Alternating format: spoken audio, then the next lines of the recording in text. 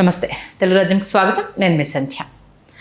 Cinema start అయినప్పటి నుంచి విడుదలయ్యేంత వరకు కొన్ని సినిమాలో వివాదాలు ఈ మధ్యకాలంలో కామన్ అయిపోయాయి. ఈ నేపథ్యంలో సినిమా టైటిలే కావచ్చు, తారాగణమే కావచ్చు, కథే కావచ్చు, దాంట్లో పాటలే కావచ్చు, డైలాగ్సే కావచ్చు, ఎప్పుడు ఎలా వివాదం రాజుకుంటుంది అనేది చెప్పలేని పరిస్థితి. ఇప్పుడు ఒక సినిమా టైటిల్ రెండు రాష్ట్రాల మధ్య పెద్ద వివాదం రాజేసిందా అని అంటే జరుగుతున్న డిస్కషన్ చూస్తే అవుననే చెప్పాలి. అది దర్శి గారు నటిస్తున్న ఇడుపు కాగితం. తెలంగాణలో అయితే చాలా వాడుక పదం, అంటే ఇప్పుడు చదువులు వచ్చాయి, కల్చర్ పెరిగింది, పదాలు మారుతున్నాయి. డివోర్స్ అనేసని మనం ఎలా అనుకుంటున్నామో పల్లెటూళ్ళలో అప్పుడు తెలంగాణలో ఒక భార్యాభర్తలు విడిపోతే దాన్ని ఇడుపు కాగితం చేసిండ్రు అనేసని అంటారు. అది యాసలో పుట్టిన వాళ్ళకి కావచ్చు, తెలంగాణలో ఉన్న వాళ్ళకి కావచ్చు, అది చాలా తెలిసిన పదం. బట్ ఇప్పుడు ఆంధ్ర వాళ్ళకి అదేందో తెలియట్లేదు అనడము, ఇప్పుడు మరొకసారి భాషను అంటే భాషలో ఉన్న యాసను ఎక్కిరిస్తున్నారు అనేది రాసుకుంటున్న వివాదం. ఏంటి, ఎందుకు అది అర్థం కాలేదనా, లేకపోతే అర్థమైనా ఏదో ఒక కాంట్రవర్సీ కావాలి కాబట్టి చేశారన్న, ఏం జరుగుతుంది తెలుసుకునే ప్రయత్నం చేద్దాం. చరిత్రకారులు, సినీ రాజకీయ విశ్లేషకులు చిల్లగట్ట శ్రీకాంత్ గారు మనతో ఉన్నారు. ఆయన మాటల్లో. శ్రీకాంత్ గారు నమస్తే. నమస్కారం సంధ్య గారు. తెలుగు భాష, ఆ భాషలో అనేక యాసలు మనందరికీ తెలిసిందే. రాయలసీమకి వెళ్తే ఒకటి, శ్రీకాకుళం ఇటువైపు అదే రాయలసీమలో అనేక రకాల యాసలు, ఉత్తరాంధ్రకి వస్తే అక్కడ అనేక రకాల యాసలు, తెలంగాణలో కూడా అనేక రకాల యాసలు, ఇదే తెలంగాణలో హైదరాబాద్లో మరొక యాస, ఒక్కొక్క దాంట్లో ఒక్కొక్కటి. ఇప్పుడు ఆ ఇడుపు కాగితం అన్నదాన్ని ఎందుకు ఇంత రార్థాంతం చేస్తున్నారు? కావాలని చేస్తుందా, నిజంగానే తెలియకుండానే జరిగిందా, ఏం జరుగుతుంది అసలు? వాస్తవానికి తెలియకుండా మొదలయ్యి అది ఈరోజు ఈ స్థాయికి చేరుకుందని అనుకోవాలి మనం. నిజంగా ఎవరికో అర్థం కాలేదు, అర్థం కాని వాళ్ళు మాకు అర్థం కాలేదు ఇదేం పేరు అని అన్నారు అనేటప్పటికీ తెలంగాణ వాదులకి ఒక్కసారిగా ఆగ్రహావేశాలు ముంచుకొచ్చాయి. ఇదేం పేరు అన్నంత మాత్రాన్నే ఇంత అగ్గి రాజుకుంటుందా? అంటే అర్థం కాలేదు, ఇదేం పేరు మాకు అర్థం కావట్లేదు, ఇడుపు కాగితం అంటే ఏంటో ఈ పదానికి అర్థం కాలేదన్న వాదనే ముందు వినిపించారు. వినిపించిన తర్వాత తెలంగాణ వాదులు ఒక్కసారిగా దీని మీద వాళ్ళు ప్రతిస్పందించడం మొదలుపెట్టారు. అంటే మీరు దశాబ్దాల తరబడి మీ భాష వినిపించినా, మీ యాస వినిపించినా, మీ గోస వినిపించినా మేము విన్నాము, చూసాము. ఇప్పుడైనా ఈ టైటిల్తో ఒక సినిమా వస్తూ ఉంటే మీకు అర్థం కానంత మాత్రాన మీకు అర్థం కానిది ఏది తెలుగు భాషలో లేదని మీరు ఎట్లా అంటారు? ఇది ఒక ప్రాంతానికి సంబంధించినటువంటి, ఇది ఒక వ్యవహారానికి, ఆచార వ్యవహారానికి సంబంధించినటువంటి అంశం అనేటటువంటి విషయాన్ని వాళ్ళు ఈవేళ తెర మీదకి తీసుకొచ్చారు. చాలా కాలం క్రితం, అంటే ప్రస్తుత ఆధునిక సమాజాన్ని కాసేపు పక్కన పెడితే ఒకప్పుడు కోర్టులు అన్నటువంటివి, కోర్టులకు వెళ్ళనటువంటి పరిస్థితుల్లో ఏంటంటే గ్రామసీమల్లో భార్యాభర్తలు విడిపోవాలనుకున్నప్పుడు, విడిపోదలుచుకున్నప్పుడు ఆ ఇడుపు కాగితం రాసుకుని, కొన్ని ప్రాంతాల్లో దీన్ని ఇడుసు కాగితం అని కూడా అంటారండి. ఇడుపు కాగితాన్ని ఇడుసు కాగితం అని కూడా అంటారు. ఇడుసు విడిచిపెట్టు, విడిపోవటానికి మేము అంగీకారంగా పరస్పర అంగీకారప్రాయంగా మేము విడిపోతున్నాం అనేటటువంటి భావనలో ఇడుపు కాగితం రాసుకుని వాళ్ళు విడిపోయేటటువంటి దానిని ఇడుపు కాగితం అంటారు అనేటటువంటి విషయం మనకి తెలిసింది. ఇవాళ దానిని వీళ్ళు తెలియజేయాల్సి వచ్చింది తెలంగాణ వాదులు. అది ఒకంత ఇదేంటంటే మళ్ళీ రెండు ప్రాంతాల మధ్య తెలియనటువంటి ఒక అగ్గిని అయితే రాజేసింది. తర్వాత ఈ అగ్గి రాజేసుకోవడం పట్ల ఈవేళ అంతా ఇంత కానంత ఆనందంగా ఉన్నటువంటి వ్యక్తి ఒకరు ఉన్నారండి. ఎవరండి? బన్నీవాసు గారు. ఇప్పుడు ₹1 ఖర్చు పెట్టిన ఇంత పబ్లిసిటీ రాదు కదా. ఇప్పుడు ఎవరికి తెలియదు చెప్పండి ఇడుపు కాగితం గురించి. ఆయన చాలా ఆనందంగా తడిగుడ్డ వేసుకుని పడుకున్నారు. అమ్మయ్య, నేను ఇంకా సినిమా కోసం నేను ఇంకా పబ్లిసిటీకి సంబంధించి ఖర్చు పెట్టాల్సిన పని లేదు, కావాల్సినంత పబ్లిసిటీ వచ్చిందని. Bunny Vasu creative works, Sukumar writings. నేను మిమ్మల్ని అడిగాను, కావాలని చేసిందా, అనుకోకుండా? కావాలని కాదండి, కావాలని చేయలే, అనుకోకుండా జరిగింది. అది చిలికి చిలికి గాలివాన అయింది అంతే. ఇప్పుడు ఒక్కొక్క ప్రాంతంలో ఒక్కొక్క సౌందర్యం ఉంటుంది, ఒక భాష ఉంటుంది. సుకుమార్ గారు ఏంటంటే ఆ భాషలను ఆయన ఎంత గౌరవిస్తారో, ఆ మాండలికాలను ఎంత గౌరవిస్తారో నాకు తెలుసు. ఎందుకంటే మరీ ముఖ్యంగా మనం పుష్ప1, పుష్ప2 తీసుకుంటే కేవలం పుష్ప1, పుష్ప2 సినిమాలు మీరు ఇప్పుడు చూసినా, రేపు చూసినా, ఎల్లుండి చూసినా, 10 సంవత్సరాల తర్వాత చూసినా మా చిత్తూరు జిల్లా భాషలో ఉన్నటువంటి ఆ యాస ఏదైతే ఉంటుందో, ఆ మాండలికాలు ఏవైతే ఉంటాయో ఆ సౌందర్యం గుబాళిస్తుంది మీకు. ఆ సౌందర్యమే సినిమా మొత్తం చూసేలాగా చేస్తుంది. అది అందులో ఉన్నటువంటి ఒక సోల్ అనమాట. అట్లా మీకు గతంలో వచ్చినటువంటి చాలా సినిమాలు, మరీ ముఖ్యంగా శేఖర్ కమ్ముల్ గారు దర్శకత్వం వహించిన ఫిదాలో కొన్ని కొత్త పదాలు తొలిసారిగా గుబాళించాయి. తొలిసారిగా విన్నారు ప్రేక్షకులు, దాన్ని మనం అంగీకరించి తీరాలి. ఎందుకు అంటే మనకి సాయి పల్లవి పాత్ర ఏదైతే ఉందో బొక్కలు ఎరగొడతా బాడకావు అని చెప్పి అనేది, అసలు అమ్మాయి అంత సుకుమారంగా ఉన్నటువంటి అమ్మాయి ఒక్కసారికి ఇట్లా వైల్డ్గా రియాక్ట్ అవుతుంది అనుకునే లోపు ఆ తర్వాత ఆ అమ్మాయి పుక్కట్ల జ్ఞానం ఇస్తున్నావు కదా అనే ఇవన్నీ ఏంటంటే, ఆ పుక్కట్ల అనే పదం మొదటిసారి విన్నటువంటి ప్రేక్షకులు ఉన్నారు, మొట్టమొదటిసారి విన్నారు వాళ్ళు ఆ ప్రేక్షకులు, వాళ్ళకి ఆ పదమే తెలియదు అనమాట. అది నిజామాబాద్ జిల్లాలో వినిపించేటటువంటి ఒక సౌకుమార్యమైనటువంటి భాష. దాన్ని మనం అంగీకరించి తీరాలి. ఎవరికి ఇష్టం లేకపోయినా సంధ్య గారు, ఇక్కడ మనం మరీ ముఖ్యంగా మాట్లాడుకోవాల్సినటువంటి కొన్ని విషయాలు ఉన్నాయి ఈ సందర్భంగా. అదేంటంటే, మరీ పాత రోజులకు వెళ్ళిపోతున్నారు సార్ మీరు అని అనుకోకపోతే, గుండమ్మ కథ సినిమా కథా చర్చలు నెలల తరబడి అలా వారాల తరబడి కొనసాగి డివి నరసరాజు గారు సంభాషణలు రాసి కథ పూర్తయి కమలాకర్ కామేశ్వరరావు గారి దర్శకుడిగా పెట్టుకుని చక్రపాణి గారు రోజు షూటింగ్ చేసుకుంటున్న సందర్భంగా కేవీ రెడ్డి గారు నరసరాజు గారితో అనేవారంట, ఏ సినిమా అది, ఎన్ని రోజులు తీస్తాడు మీ చక్రపాణి, ఆడదు అది, గుంటూరు కృష్ణ కమ్మ కాపు గోదావరి వాళ్ళు ఉంటారే వాళ్ళ కథ అది, ఎవడు చూస్తాడయ్యా అనేవాడంటే కేవీ రెడ్డి గారు. ఈయన తాడిపత్రి రెడ్డి గారు కాబట్టి ఆయనకి ఆ కథ నచ్చలా. కేవీ రెడ్డి గారికి నచ్చని కథ గుండమ్మ కథ తెలుసా మీకు? ఓకే. సినిమా ఆయన అయినంత వరకు ఒకరోజు ఏదో శుభకార్యం, సాయంత్రం పూట ఎంటర్టైన్మెంట్, పిల్లలందరికీ ఎంటర్టైన్మెంట్ ఉండాలి కదా అని చెప్పేసి చక్రపాణి గారు ఆలోచించి తీసుకొచ్చి ఆ ప్రొజెక్టర్ పెట్టి ఇప్పటివరకు ఆయన సినిమా అయింది గుండమ్మ కథ అన్నాడంట. ఆయన పిల్లలందరినీ కూర్చోబెట్టారంట. రామారావు గారు లాగు చొక్కాలతో వచ్చేటప్పటికి పిల్లలందరూ గొల్లు నవ్వేటప్పటికి సినిమా హిట్ అవుతుందని అనుకునేసాడంటే చక్రపాణి గారు. సినిమా విడుదలయ్యి కనీ వినిరుగుని విజయం సాధించేసిందంటే కూడా కేవీ రెడ్డి గారికి నమ్మకం లేదంట. ఎలా చూస్తున్నారయ్యా సినిమా అనేవాడంట కేవీ రెడ్డి గారు. నరసరాజు గారి దగ్గర వాపోయాడంట. ఎందుకు ఈ విషయం చెప్పానంటే, మీకు గుంటూరు కృష్ణ గోదావరి నదులు ప్రవహించేటటువంటి చోట మిగతా ప్రాంతాల్లో నదులు ప్రవహించలేదా అనే మాట నేను వాటర్లా, మాకు తుంగభద్ర, పెన్నా, బాహుదా ఇవన్నీ మాకు ఉన్నాయి. ఇక్కడ కూడా మనకి ఎన్ని నదులు ప్రవహిస్తాయి, మన గోదావరి వెళ్ళేదే మనకి ఎక్కడి నుంచి వెళుతుంది, మన కృష్ణా గోదావరి మనకు తెలుసు కదా, కాసేపు పక్కన పెడితే నదులు పుష్కలంగా ప్రవహించేటటువంటి చోట. అది దిగువకు వెళ్ళే కొద్దీ ఏమవుతుందంటే ఆ ప్రాంతం అంతా సస్యశ్యామలమైపోయి అక్కడ ముంగారు పంటలు పండేటటువంటి చోట ఏమవుతుందంటే వాళ్ళు ఆధిపత్యం వహించడం మొదలు పెడతారు. ఆ ప్రాంతవాసులు ఎవరైతే ఉన్నారో వాళ్ళు మిగతా భూభాగం మీద, మిగతా సమూహం మీద ఒక ఆధిపత్యాన్ని వాళ్ళు కొనసాగిస్తారు. ఈ కొనసాగించేటటువంటి ఆధిపత్యపు కాలంలో మీకు ఏమవుతుందంటే, వీళ్ళు మాట్లాడిందే భాష, చేసిందే పెళ్ళి, తిన్నదే భోజనం, తీసిందే సినిమా అనేటటువంటిది ఒక గుత్తాధిపత్యం కింద మారుతుంది. అది తెలుగు సినిమాని కొన్ని దశాబ్దాల పాటు ఈ గుత్తాధిపత్యం కింద తెలుగు సినిమా నలిగిపోయింది అన్నది అంతే వాస్తవం, అంతే చారిత్రక విషాదం అన్న విషయాన్ని మనం అంగీకరించి తీరాలి, ఒప్పుకోవాలి. మా భూమి అనే సినిమా, తెలంగాణ సాయుధ పోరాటానికి సంబంధించినటువంటి మా భూమి అనే సినిమా, తెలంగాణ గడ్డ మీద పుట్టినటువంటి దొరబిడ్డ అయినటువంటి బి నరసింహారావు గారు పూనుకునేంత వరకు ఇంకొక తెలుగు సినిమా ప్రముఖుడు పూనుకోవాలా. ఎందుకు? ఆయన గడ్డ మీద ఈ మట్టిలో పుట్టాడు కాబట్టి, ఆయనకి ఆ వేదన తెలుసు కాబట్టి, దీనిని తెరకెక్కించాలి అనేటటువంటి ఆలోచన ఆయనకు వచ్చింది కాబట్టి అది తెర రూపం దాల్చింది. ఆ కోలో అద్భుతాలు, అమోఘాలు, దాసి, మట్టి మనుషులు, రంగుల కళ లాంటి అపూర్వాలు మనకి వచ్చాయి, ఆవిష్కృతం అయ్యాయి.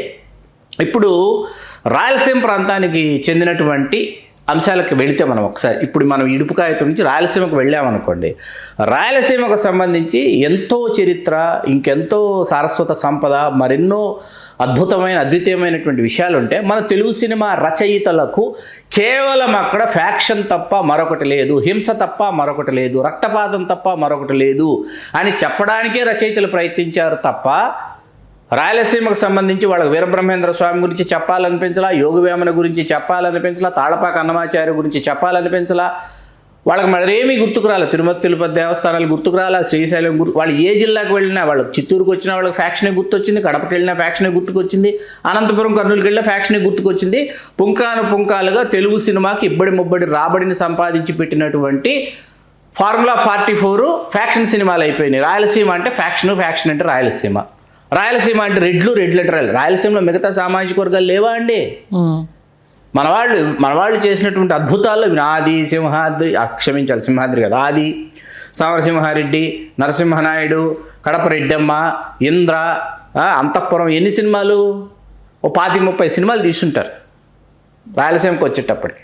తెలంగాణ భూభాగానికి సంబంధించినటువంటి తెలంగాణ సాయుధ పోరాటం గురించి జరగాల్సినటువంటి మరింత చర్చ ఇటీవల కాలంలో రజాకార్ అనేటువంటి సినిమా ఎంతో కొంత చర్చని తెర మీదకి తీసుకొచ్చింది. జేబులు తెలంగాణ, శ్రీకాకుళం సాయుధ పోరాటం గురించి సరైనటువంటి రికార్డ్ లేదు ఇప్పటిదాకా తెలుగు సినిమా చరిత్రలో. తెలంగాణ సాయుధ పోరాటం గురించి సినిమా పరంగా ఇది రికార్డ్ చేశామనేటటువంటి ఒక ఎవిడెన్షియల్ ఇది ఇప్పటివరకు జరగల శ్రీకాకుళానికి సంబంధించి. మీకు జానపదాలకు వచ్చేటప్పటికి రాయలసీమలో ఉన్నటువంటి జానపదాలు, తెలంగాణలో ఉన్నటువంటి జానపదాలు, అట్లాగే ఉత్తరాంధ్రకు వెళ్ళేటప్పటికి వినిపించేటటువంటి జానపదాల సొబగు ఒక అద్వితీయమైనటువంటి తెలుగు భాషలో ఉన్నటువంటి ఒక మృదు మధురమైనటువంటి మాధుర్యాన్ని అవి కలిగి ఉంటాయి. ఆంధ్ర ప్రాంతానికి వచ్చేటప్పటికి మీకు జానపదం లేదంటే మీరు నమ్ముతారా? ఆంధ్ర ప్రాంతంలో జానపదం లేదు, కోస్తాంధ్ర ప్రాంతంలో ఇంకి నాయుడు బాబా పాటలు నండూరు సుబ్బారావు గారు రాశారు తప్ప జానపదానికి అక్కడ జానపదం యొక్క ప్రశస్తి లేదు. ఎందుకు ఈ ప్రాంతాల్లో ఉంది అనేటప్పటికీ ఇక్కడ కార్మిక, శ్రామిక, మార్మిక, కర్షక కులాలన్నీ ఇక్కడ శ్రమను ఉత్పత్తి చేసేటటువంటి కులాలు మీకు ఇక్కడ దీన్ని సుసంపన్నం చేసే ఈ భూభాగాన్ని. కాబట్టి ఇక్కడ మీకు మాండలికం వచ్చింది. ఇప్పుడు ఇడుపు కాగితంలో అమ్మాయి నటిస్తుందండి, నాగదుర్గ.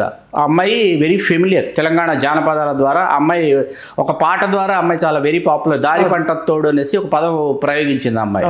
ఆ పద ప్రయోగం చేసేటప్పటికి హైదరాబాద్లో ఉన్న చాలామంది తెలంగాణ వాళ్ళకి ఆ పదానికి అర్థం తెలియలా. ఎందుకంటే ఉత్తర తెలంగాణ మాండలికం ఆ పదం అమ్మాయి ఉపయోగించినది ఉత్తర తెలంగాణ మాండలికం. అది మీకు అర్థమైందా? మీకు మధుప్రియ అనే అమ్మాయి కొన్ని పాటలు పాడుతుంటుంది. ఆ అమ్మాయి ఒక విధమైనటువంటి పాట. ఇప్పుడు మనకి వెరీ ఫెమిలియర్ పవన్ కళ్యాణ్ గారికి ఉత్తరాంధ్ర జానపదాలు చాలా ఇష్టం. ఆయన వైజాగ్ సత్యానంద్ గారి ద్వారా శిక్షణ తీసుకున్నారు కాబట్టి, వైజాగ్లో ఉన్నారు కాబట్టి ఆయన చాలా ఇష్టం. దాన్ని తీసుకొచ్చి మనకి తమ్ముడు, ఖుషి సినిమాలంతా పెట్టారు. ఖుషిలో ఆయన పాట పాడతాడు. ఆలీ వచ్చి మీ నాన్న శ్రీకాకుళం కదా, బై బై ఏ బంగారీ రవణమ్ము, బాయి చెరువు కాడ బోరింగు రవణమ్ము, అటు బస్సు ఇటు బస్సు మధ్యాహ్న బస్సులోన పోదామే రవణమ్ము, అద్దాల మేడలో ఉండేటి పిల్లనురా, అద్దాల మేడలో ఉండేటి పిల్లనురా, పోయి పూరి గుడిసె పాలు చేసినావు రో ఓరయ్యో. ఇది ఉత్తరాంధ్ర, పూర్తిగా ఉత్తరాంధ్ర తూర్పు యాస అనమాట. మీరు రాయలసీమకు వచ్చేసారనుకోండి, ఇక్కడి శబ్దం వినిపించదు. మాకేం వినిపిస్తాయి? కసు సిమ్మె నల్ల నాగి గురువిందా గుమ్మాడి, సిమ్మను పోరా సిమ్ముకో పోరా గురువిందా గుమ్మాడి, సిమ్మకపోతే తంతాన్ సూడే గురువిందా గుమ్మాడి, అమ్మ సూడే తంతాడంట గురువిందా గుమ్మాడి, ఏరా పిలగా తంతావంట గురువిందా గుమ్మాడి. ఇది రాయలసీమ. తెలంగాణకు వచ్చేటప్పటికి సరే మిమ్మల్ని పాడమనడం ఎందుకు? తెలంగాణ మట్టిలో, తెలంగాణ ఆత్మలో, తెలంగాణ అరుణారుణ రక్తపు బిందువులలో పోటెత్తినటువంటి పాట గద్దర్ గారి పాట. మాకు మెయిన్ తెలంగాణకి సంబంధించి విప్లవ గీతాలు. అవును, అంటే బతుకమ్మ పాటలు కూడా విప్లవ గీతాలే. పనితో పాటే పాట అన్నట్టు.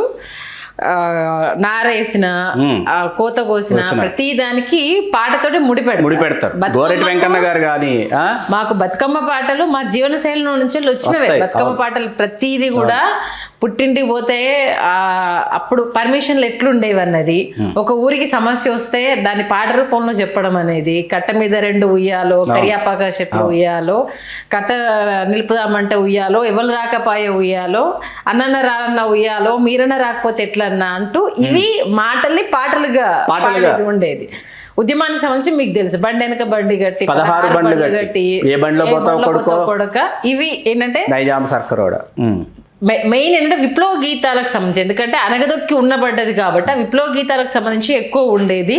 దానికి సంబంధించే ప్రయాణం అనేది ఎక్కువ మీకు. అందుకే గద్దర్ గారిని గతంలో ఎవరో ప్రశ్నిస్తే మీకు ఎట్లా వచ్చింది ఈ కవిత్వం, ఎట్లా వచ్చింది, ఈ పాట ఎట్లా పుట్టిందంటే, మా తల్లి గారి నోటి వెంట మా అమ్మ నన్ను కన్నా నాకు జన్మనిచ్చిన తల్లి మాట్లాడేటటువంటి మాటల్లో నుంచి నా పాట పుట్టింది అన్నాడు ఆయన.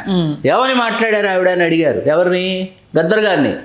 అటుపోయినోడు అటే పోయిండు, ఇటు పోయినోడు ఇటే పోయిండు, ఎటు పోయినోడు ఎటు పోయిండు అని మాట్లాడేదంట ఆవిడ. ఇప్పుడు ఏంటంటే వలసలు ఎక్కువ ఉండేవి, బాయి బొగ్గుబాయి ఇవి ఎక్కువ ఉండేవి కాబట్టి, అంటే మేము చిన్నప్పుడు విన్నాయనంటే గింత సరదాలు మాకేడు ఉండేటి బిడ్డ, మాకు పొలం కాడి కైకిల్ కాడి పోవాలి, దూరంతిత్తంత పట్టుకొని రావాలి, నైజాం వాళ్ళది నడిచేది కదా, మాకు అప్పుడు గంజినీళ్ళు దొరికితే మా భాగ్యం అన్నట్టు ఉండేది, నూకలన్నం దొరికిందంటే ఆ రోజు మాకు పండుగ అన్నట్టు ఉండేది. అట్లుండే మా బతుకులు కాబట్టి గీ సరదా గీ ముచ్చట్లు మాకేడు ఉండేటి కూర్చొని కాసేపు కబుర్లు చెప్పుకునేది అంటే ముచ్చట్లు పెట్టేది తప్పితే గీ పాటలు గీ సినిమాలు మాకేడు తెలిసేది బిడ్డ అని సరే మా అమ్మమ్మ తాతలు ఇట్లనే చెప్పేది. అవును, భాష అండి, భాషలో ఉన్న సౌందర్యం. మా అమ్మ కాలికి కాలి కొట్టుకునేది, కాలికి గాలి కొట్టుకుంటా అనేది. కాలికి కాలి కొట్టుకోవడం ఏంటి అర్థమైంది కదా చిన్నప్పుడు. కాలికి కాలి కొట్టుకోవడం ఏంటంటే కాలికి కాలు తగిలేంత కష్టపడి పని చేస్తున్నాను నేను అని చెప్తోంది ఆవిడ. తల్లి అస్తమించింది అనుకోండి, తండ్రి అస్తమిస్తే తండ్రితో మనం మాట్లాడేటటువంటి మనం వ్యక్తపరిచేటటువంటి ఒక భాష ఉంటుంది, ఆ భాష అస్తమిస్తుంది. తల్లి అస్తమిస్తే తల్లితో పాటు తెలుగు భాషలో ఆ ప్రాంతానికి సంబంధించినటువంటి సమస్తము అంతరించిపోతాయి. మెయిన్ థింగ్ ఇప్పుడు ఎట్లా వచ్చిందంటే ఒకప్పుడు ఈ ఎక్కిరింపులు చూడలేకనే కదా, ఈ అనగదొక్కుడు చూడలేకనే కదా తెలంగాణ ఉద్యమం అంత ఉవ్వెత్తున ఎగిసింది. ఖచ్చితంగా ఇంత సాధించి తెచ్చుకున్నాక కూడా మీరు మా మీద పెత్తనం చేద్దామని మా పదాలను ఇట్లా కించపరుస్తా అంటే ఎట్లూకుంటామని అది చాలా అది అవమానకరమైనటువంటి హేయమైనటువంటి చర్యలండి వాళ్ళు చేస్తున్నవి. తెలియలేదా? అరేదో టైటిల్ పెట్టిరయ్యా తెలుస్తలేదు, ఇడుపు కాగితం అంటే ఏంటిదో కొంచెం చెప్పండి అని అంటే అది వేరే విషయం. దాన్ని అంటే ఈ పైత్యాన్ని చూపిస్తామన్నట్టు ఇప్పుడు ఏనాడు ఇటువైపు నుంచి వెళ్ళి ఉద్యమం వరకు ఒక లెక్క, ఉద్యమం వచ్చిన తర్వాత అన్నదమ్ముల లెక్కనే కలిసి ఉన్నాము, అదే నడుస్తుంది. ఎవరో ఒక రాజకీయ పంతాలకు పోతే తప్పితే ప్రజల మధ్య తెలంగాణ అన్న ఆంధ్ర అన్న ఇప్పుడు ఈ మధ్య కాలంలో అద్వేషాలు ఏమీ లేవు. సరే సినిమా టైటిల్ పెట్టిరు, అదేదో పెట్టి అందరికి అర్థమయ్యేటట్టు కింద సబ్ టైటిల్స్ పెట్టరాదు, ఏడుపు కాగితం అని పెట్టిరు, ఎవరికి తెలుస్తుంది అనేసి అంటే అయిపోతుంది. దాన్ని ఇంత కించపరుచుకుంటూ మాట్లాడేసి మళ్ళా దాని మీద ఇంకొకరు భాష అని చెప్పేసి దానికి మళ్ళీ పవన్ కళ్యాణ్ గారికి బాగా ఎక్కువ అది ఇంకా దుర్మార్గం అండి. ఇంకా కవితక్క అలా కవితక్క మాట్లాడటం కూడా సబబు కాదు. ఎందుకంటే సబబు కాదు అని అంటే మాట్లాడారు కాబట్టి ఇక్కడ ఎవరో అండి నాకు అర్థం కాని విషయం, మొన్న ఎవరో సారీ టు సే దిస్, ఎవరో పవన్ కళ్యాణ్ గారి మొదటి భార్య ఫలానా నందిని గారి పెట్టారన్నమాట. పెడితే నాకు అర్థం కాని విషయం ఏంటంటే వాళ్ళు చట్టబద్ధంగా విడాకులు తీసుకున్నారు, విడిపోయారు, ఈయన ఒక జీవితం జీవిస్తున్నాడు, ఆవిడ ఒక జీవితం జీవిస్తోంది, ఆవిడకు మళ్ళీ పెళ్ళయిందో పిల్లలు ఉన్నారు, వాళ్ళు ఎంత బాధపడతారు ఆ కుటుంబ సభ్యులని ఏమాత్రం ఇంగిత జ్ఞానం లేనటువంటి వాజమ్మలు దద్దమ్మలు ఉన్నటువంటి ఒక ఏమంటారు జనారణ్యం ఉంది. జనారణ్యంలో ఉన్నాం మనం. ఇప్పుడు ఈ భాష, ఈ సౌందర్యము, తెలంగాణ మాండలికాల గురించి మనం మాట్లాడుకుంటున్నాం, ఇడుపు కాగితం గురించి మాట్లాడుకుంటున్నాం. గద్దర్ గారు చేసినటువంటి తెలుగు సినిమా పాటకు ఆయన చేసినటువంటి సేవను మనం వెలకట్టలేం. తక్కువ సినిమాల్లో రాశారా, ఎక్కువ సినిమాల్లో రాశారా, కేవలం ఒసే రామలంలో రాశారా, ఒరే రిక్షాలో రాశారా? ఒరే రిక్షావాడు విడుదలైతే ఒరే రిక్షా కనీ విని ఎరుగని విజయాన్ని ఎందుకు సాధించింది, రిక్షావాడు ఎందుకు ఫ్లాప్ అయిందని ఆలోచించాలి. అంతే కదా. ఎందుకు ఒరే రిక్షా ఆడింది? నా రక్తంతో నడుపుతాను రిక్షాను, నా రక్తమే నా రిక్షకు పెట్రోల్ అన్నటువంటి ఆ పల్లవి ఏదైతుందో ఆ పల్లవి థియేటర్కి లాక్కెళ్ళింది జనాల్ని. నీ పాదం మీద పుట్టుమచ్చనే చెల్లెమ్మ, తోడబుట్టిన రుణం తీర్చుకుంటేనే చెల్లెమ్మ అంటే ఆ పాట పంక్తులకి నిలువెల్లా కంపించిపోయి అన్నలు అనేటటువంటి వాళ్ళు చెల్లెళ్ళని తోడబెట్టుకొని వాళ్ళు సినిమాలకు వెళ్ళి చూసి చలించిపోయినటువంటి దృశ్యాలు నా కళ్ళ ముందు ఇంకా సాక్షాత్కరిస్తున్నాయి. అలా తెలుగు పాటకి ఇప్పుడు ఇదే నెల మీద, ఇదే గడ్డ మీద, ఇదే తెలంగాణ గడ్డ మీద శ్రీనారాయణ రెడ్డి గారు ఇక్కడే పుట్టారు, దాశరథి గారు ఇక్కడే పుట్టారు. ఈవేళ ఏ విధంగా అయితే తెలంగాణ రాష్ట్రం ఇప్పుడు ఇలా విడిపోయిందో గతంలో కూడా విడిపోయేటటువంటి ప్రయత్నం జరిగినప్పుడు దాశరథి కృష్ణమాచార్య గారు లాంటి వాళ్ళు విడిపోకూడదు, రాష్ట్రం కలిసి ఉండాలి పోరాటం చేసినటువంటి వాళ్ళు ఇదే తెలంగాణ గడ్డ మీదే పుట్టారు. కాళోజీ నారాయణరావు గారు లాంటి మహానుభావుడు పుట్టాడు. ఎలాంటి వాళ్ళు పుట్టారండి ఈ గడ్డ మీద? ఎటువంటి మహామహనీయులు పుట్టారు? ఎందుకు వాళ్ళని మనం వేలెత్తి చూపించడము, ఎందుకు వాళ్ళ యొక్క భాషని యాసని ఎందుకు మనం అసలు అంత ఆధిపత్య భావజాలం ఏంటి, అంత ఆధిపత్య భావన ఏంటి నాకు అర్థం కావటం లేదు. ఒక ప్రాంతంలో మీరు ఆధిపత్యం వహిస్తే మొత్తం సర్వం సహా ఇక్కడ ఇంకా విచిత్రమైన విషయం అండి, కర్ణాటకకు వస్తారండి, లేకపోతే తమిళనాడుకి వెళ్తారు, తమిళనాడుకి వెళ్ళి కర్ణాటకకు వెళ్ళి అక్కడ ఉన్నటువంటి భాషా యాసల్ని వీళ్ళు ఎగతాళి చేస్తుంటారు, వెటకరిస్తుంటారు, హోంకరిస్తుంటారు. నాకు ఎంత ఆలోచించినా అర్థం. మీ గోదావరికి గుంటూరుకి కృష్ణకు వచ్చి మేము అట్లాగా వెటకరించట్లేదే, మేము వెటకరించట్లేదు కదా, మేము అవహేళన చేయట్లా, అవమానించట్లా, నిరసన తెలియజేయట్లా. మీరు అక్కడికి వచ్చి ఆ ప్రాంతంలో మురుసునాడు అంటారు, తొండనాడు అంటారు. ఇది ఒక ప్రాంతం అండి. తొండనాడు అనేది తమిళనాడు నుంచి మనకి తెలుగు నేల మీద నుంచి తమిళనాడులోకి వెళ్ళేది ఒక ప్రాంతం, కర్ణాటకలో నుంచి తెలుగు నేల మీదకి వచ్చేది ఒక ప్రాంతం అండి. ఇక్కడ మాట్లాడేటటువంటి భాషలో ఉండే సొగసు అద్భుతమైన సొగసు అండి. I'm from Madanapalle, end of the Andhra Pradesh. నడుచుకుంటూ కర్ణాటకలోకి వెళ్ళొచ్చు. సాయంత్రం మీరు వచ్చారనుకోండి, మీరు నేను మాట్లాడుకుంటూ నడుచుకుంటూ ఈవినింగ్ వాక్ చేసుకుంటూ కర్ణాటకలోకి వెళ్ళిపోవచ్చు. కాస్తిమి అంటారు అక్కడ. వెయిట్ చేశాను, ఎదురు చూశానికి మీకోసం కాస్తిమి అంటారు. వినటానికి ఎంత హాయిగా ఉంటుందంటే భాష ఏంటంటే ఈ ప్రాంతంలో ఈ సరిహద్దు రాష్ట్రాల సరిహద్దుల్లో మాట్లాడేటటువంటి భాష. ఒడిశాకి వెళ్ళామనుకోండి, శ్రీకాకుళం నుంచి ఒడిశా, అక్కడ వినిపించేటటువంటి భాష, ఆ సౌందర్యం వేరు. ఎట్లా మనం అసలు ఒక ప్రాంతపు భాషని యాసని ఎట్లా మనం అవహేళన చేస్తాం? ఏ సమాజంలో ఉన్నాం మనం?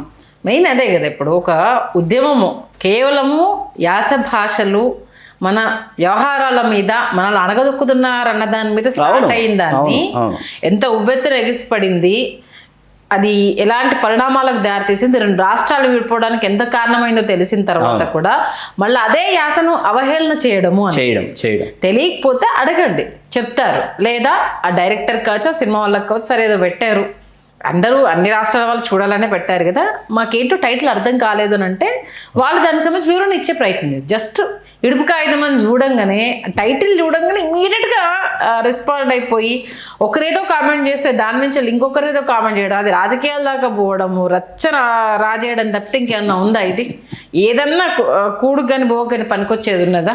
నాకు అదే అర్థం కాని. అది చూస్తా వెంటనే నిజంగానే మా చిన్నప్పుడు ఎక్కువ విన్న పదం, మా అవ్వలు వాళ్ళందరూ వాళ్ళకి ఇటుకాయుధం అయింది అట్నే అనేసి అంటే ఏందే అమ్మానంటే, ఇప్పుడంటే మీకు కోట్లకి ఏం నచ్చినాయి బిడ్డ, మాకు అప్పుడు ఏం లేదు కదా, పెద్దలలో కూర్చోబెట్టుకొని కాగితం మీద వాళ్ళకి ఇళ్ళకు చెల్లైపోయింది, ఇక వాళ్ళ ముచ్చట్లకి ఇళ్ళ ముచ్చట్లకి వాళ్ళు పోవద్దు అనేసి అని అలా కాగితం రాసుకుంటారు బిడ్డ, దాన్ని ఇడుపు కాగితం అంటారు. అంటే ఇడగొట్టినాము, దానికి కాగితం రాసినామని చెప్పినాం అనేసి అని. అది వినంగా నాకు ఆ ఓల్డ్ ఏజ్ గుర్తుకొచ్చాయి నిజంగా ఒక్కసారి. అబ్బా మా అవ్వ తాతలు చెప్పారు కదా, దీని మీద కూడా టైటిల్ పెట్టి సినిమా తీస్తున్నారు అని అంటే మన యాస మీద అంటే జనాలకు తెలియాలనేసి ఒక ప్రయత్నం జరుగుతుంది కదా అనేసి. అందులోనూ Bunny Vasu AP underline point, pure Palakollu AP producer, తెలంగాణకు సంబంధించి ఒక ప్రయత్నం దాన్ని అభినందించట్లా.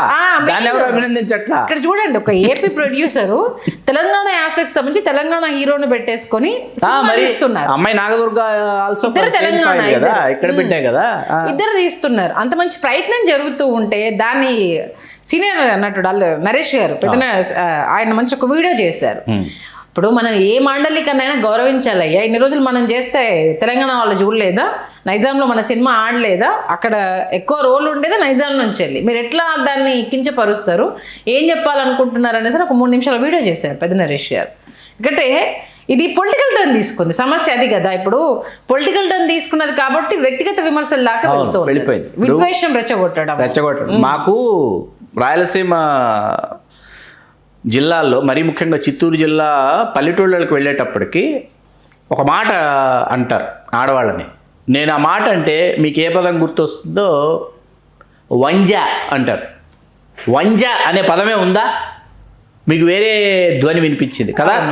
వంజ అన్నది మొదటిసారి మేము విన్నప్పుడు ఇది కాదు కదా, అది కదా తిట్టాల్సింది, వంజ అంటున్నారు ఏంటి? ఆడవాళ్ళు కొట్లాడుకుంటూ నీళ్ళ కోసం బిందెలతో వాళ్ళు కాట్లాడుకుంటూ ఏది నీటి కుళాయిల దగ్గర పోయే నా వంజ అంది. ఇది కాదు కదా, ఆ మాట కదా, ఆ పదం కదా అనాల్సింది. వంజ అంటే ఏంటి?